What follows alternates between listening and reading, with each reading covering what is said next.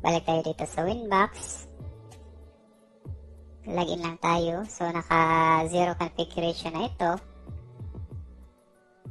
Yan. So, kung titingnan natin dito sa interface, so, meron tayong 5 port. Bali, yung setup natin is parang kapareho lang sa HexJar3.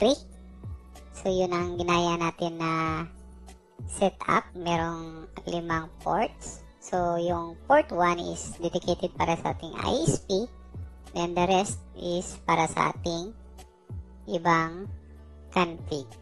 So, before pala tayo mag-start sa ating configuration, siguraduhin nyo lang na naka-0 configuration yung inyong MikroTik device. So, para gawin yon is punta lang kayo dito sa System, then Reset Configuration, then check lang itong No Default Configuration at Do Not Backup. So, check lang yan, then Reset Configuration. So, sa akin kung nagagawin, kasi naka-reset na itong device. So, first step natin gagawin is mag-tagging lang tayo sa ating mga ports. So, ito gagawin natin para sa ISP. Then, yung port 2 para sa ating LAN. Yung port 3 para sa ating PPPoE. Then, yung port 4 at 5 is gagawin nating saksakan ng access point para sa ating hotspot. Yan. EP. Yan. Tapos na tayong mag-name sa ating mga ports para sa ating madaling pag-configure. Yan, tapos nasa tayo sa interface. Ngayon, susunod naman, gagawa tayo ng bridge para in case meron tayong pagbabago sa ating mga ports. Katulad nito, nakaset sa 4 or 5 yung ating AP. So, meron tayong in the future, gagawin natin yung Ether 4. Gagawin natin isang port para sa PPPoE. Madali lang nating ma-adjust dito sa bridge. So, yun lang ang advantage ng naka-bridge yung ating mga interface. So, ito, bridge para sa LAN.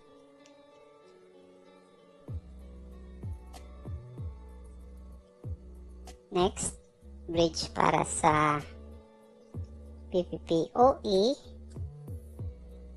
Then, next is bridge para sa hotspot. Yan. Then, dito sa ports, dito na natin i-assign yung ating mga ports na ipapasok natin dito sa ating bridge. First, yung LAN, dito sa bridge LAN. Then, yung PPPoE, dito sa bridge PPPoE. At yung sa hotspot is dito sa Ether 4. Okay. Then, yung Ether 5 para sa hotspot ulit. So, yun huwag nyong baka malito kayo bakit gumawa pa ako ng bridge na isang port lang naman. So, in the future po ito, kung sakaling magbabago yung setup natin, for example ito, is gagawin nating LAN or di kaya PPPoE, so mas madali lang nating palitan. Dahil ang ating interface is nandito sa bridge. So, yun lang. Dito sa bridge, close na natin. Ito, close. Sunod na tayo na gagawin is mag-set na tayo ng DHCP client para sa ating ISP. DHCP client. So, click lang itong plus button. Then, dynamic lang yung gagawin natin na IP sa ating MikroTik device. So, okay. Yan. So, nakabound na.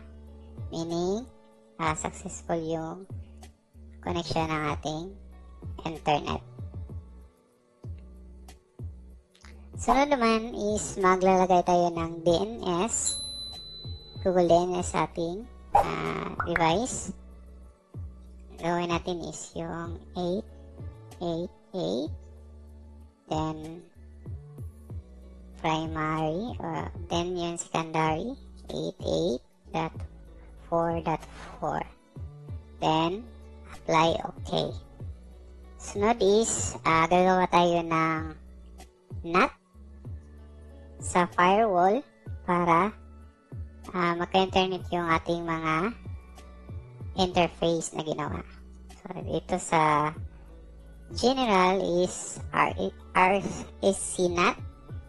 Then, dito sa out interface is yung Ether1 ISP natin, yung port para sa ating ISP. Then, sa action is masquerade, then apply OK. So, yan na.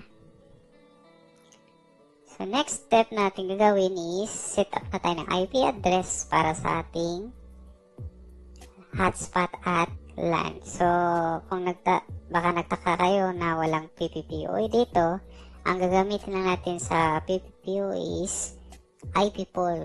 So, yung remote address lang. So, dito lang is yung LAN at saka yung hotspot. Punta lang tayo dito sa IP addresses, then para sa LAN 192.168.88.1/24. Then yung interface is yung LAN, bridge LAN. Apply. Okay, so kayo na bahala kung anong IP addresses ang gamitin nyo. So, itong ginawa ko is sample lang ito. Next na address is yung para naman sa hotspot. 10.0.0.1/24. Then, yung interface is bridge hotspot. Apply, then okay. So, yan. Meron na tayong IP addresses para sa ating mga interface. So, close na natin to. Next natin na gagawin is yung sa DHCP server naman. Dito sa IP, DHCP server, bali yung gagawin lang natin na manual sa pag-setup ng DHCP is yung sa LAN lang. Kasi during sa pag-setup natin sa hotspot is automatic na siya ang gagawa ng DHCP server nito. So, setup na natin yung para sa LAN. Yan. So, sa interface, pipiliin na natin yung bridge LAN. Next, yan yung ginawa natin na IP address para sa ating LAN. Yung gateway, yung IP pool. So, ito yung mga IP address na ibibigay niya. Next lang.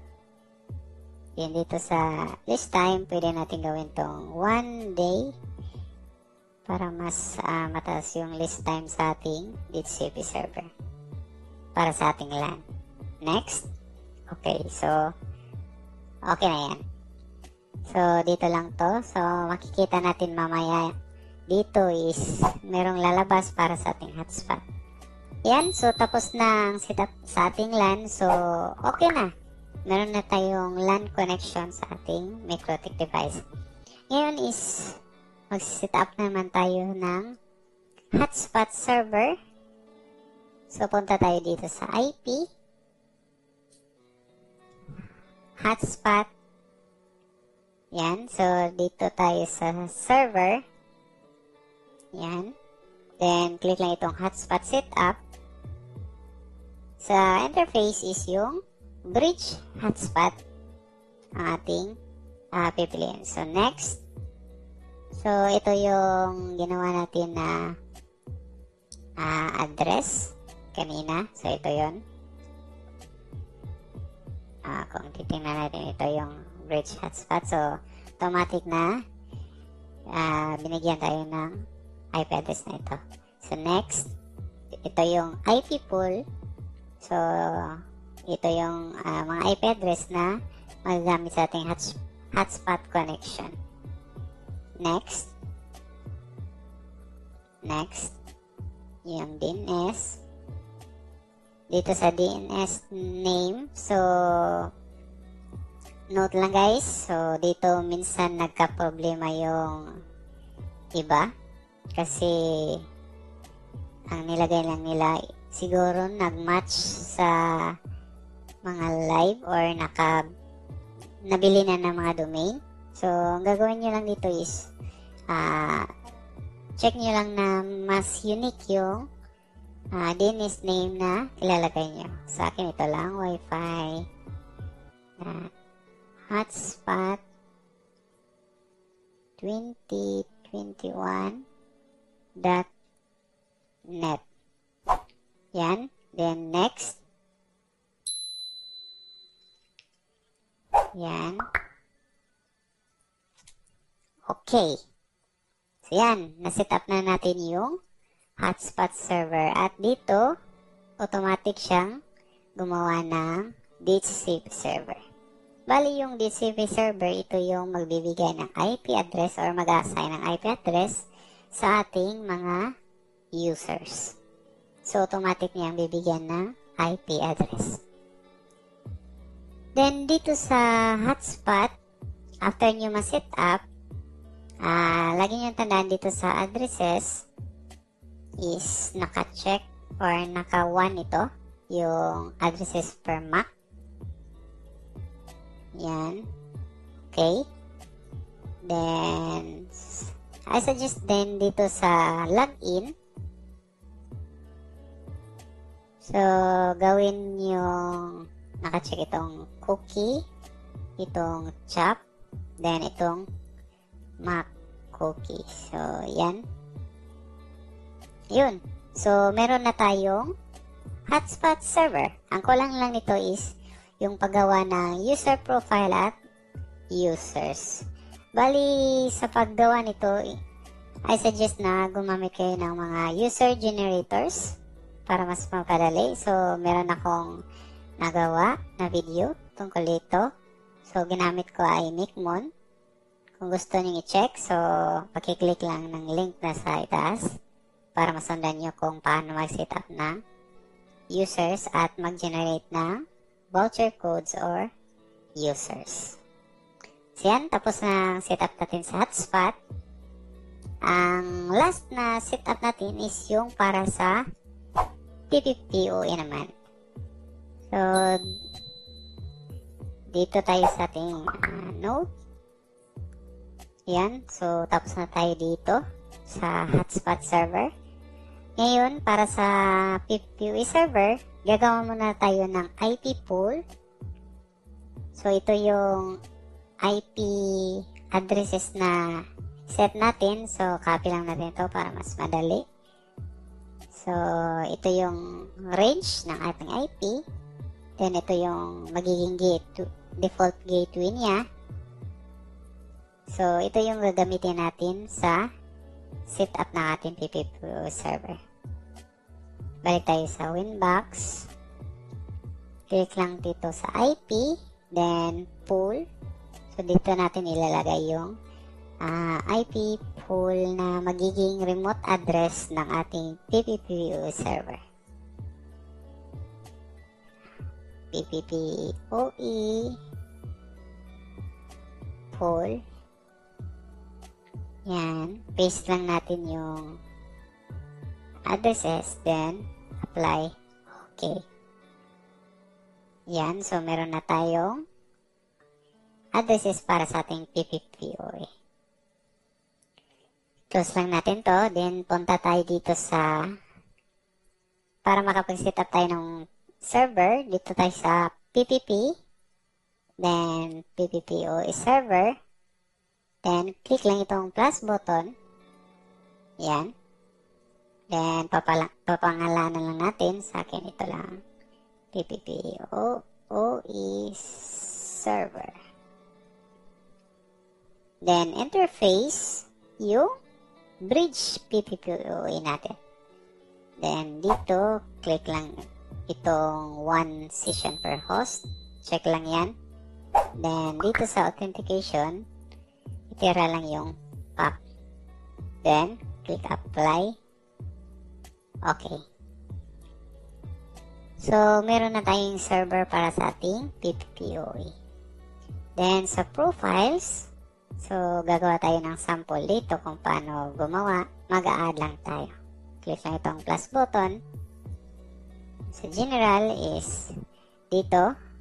Kaya nang bahala kung anong name na gagawin nyo. So, kadalasan is name yung kung anong plan na ibibigay natin sa client. So, sample lang natin 5 Mbps plan. Yan.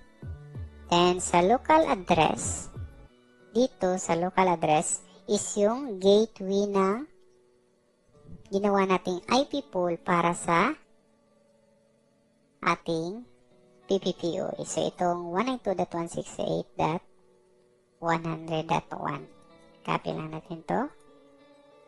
Ayan, dito sa local address. Then, dito sa remote address, dito na yun papasok yung ginawa nating IP address sa IP pool. So, itong PPPoE pool. Yan, set up sa remote address. Then, dito sa DNS, isilagay lang natin yung gateway, then mag-add tayo ng Google DNS. Yan, 8.8.8. After nyan, dito sa limit. So, dito natin ilagay yung set natin na 5 Mbps na plan. 5 M, both upload and download. Yan, then click OK. Yan, tapos na ang pag-setup natin sa profile. So, kayo nang bahala kung magdagdag kayo ng profile, kung depende sa set nyo, kung maglagay na 10, 15, 20, so kayo nang bahala. So, kung para mas madali is ganito lang, open nyo lang yan, then copy. So, for example, mag-add kayo ng 10, so palitan nyo lang to ng 10, then dito, so wala na kayong babaguhin. So, papangalanan na natin 10 Mbps plan. Yan. Okay. So, meron na kayong dalawang plan na user profile sa inyong PPPoE. Next, dito naman sa secret. So, itong secret, ito na yung gagamitin natin na user para sa ating setup kung meron kayong client. Bali dito, click lang yung add. Then, ito na yung username. Example, user lang gawin natin. Then, password, user lang din. So, kayo na bahala kung anong prefer nyo na user at yung password. Dito sa service is PPPoE. Then, yung default. So, yung profile na ginawa natin dito sa profiles. So, 5 Mbps plan lang. Then, apply. Okay. So, yan. Meron na kayong pwedeng gamitin na user account para sa inyong PPPoE clients. So, yan lang ang pag-setup ng PPPoE server. So, yun lang ang setup natin sa ating config ngayon.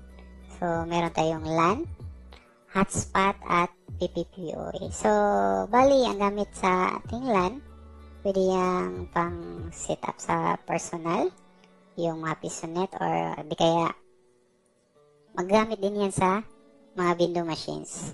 Then, yung hotspot is yung magbibenta ka ng mga voucher codes or mga tickets para sa mga hotspot users. Then, yung PPUA is ginagamit to sa mga kadalasan nagma-monthly subscription na users. Yung may sariling router na. Para ma-check nyo ng buo yung per interface, katulad ng LAN, PPUA at hotspot. So, para sa LAN, so click lang yung link na nasa itaas.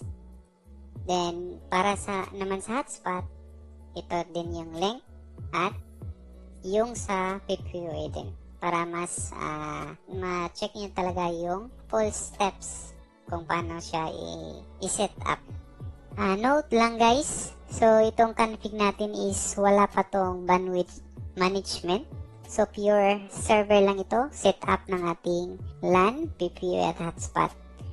So, yung bandwidth management is gagawin natin sa susunod na video natin. Pakiabangan lang po sa susunod na video para ma-update kayo kung paano ko din ginagawa yung setup ng ating bandwidth management.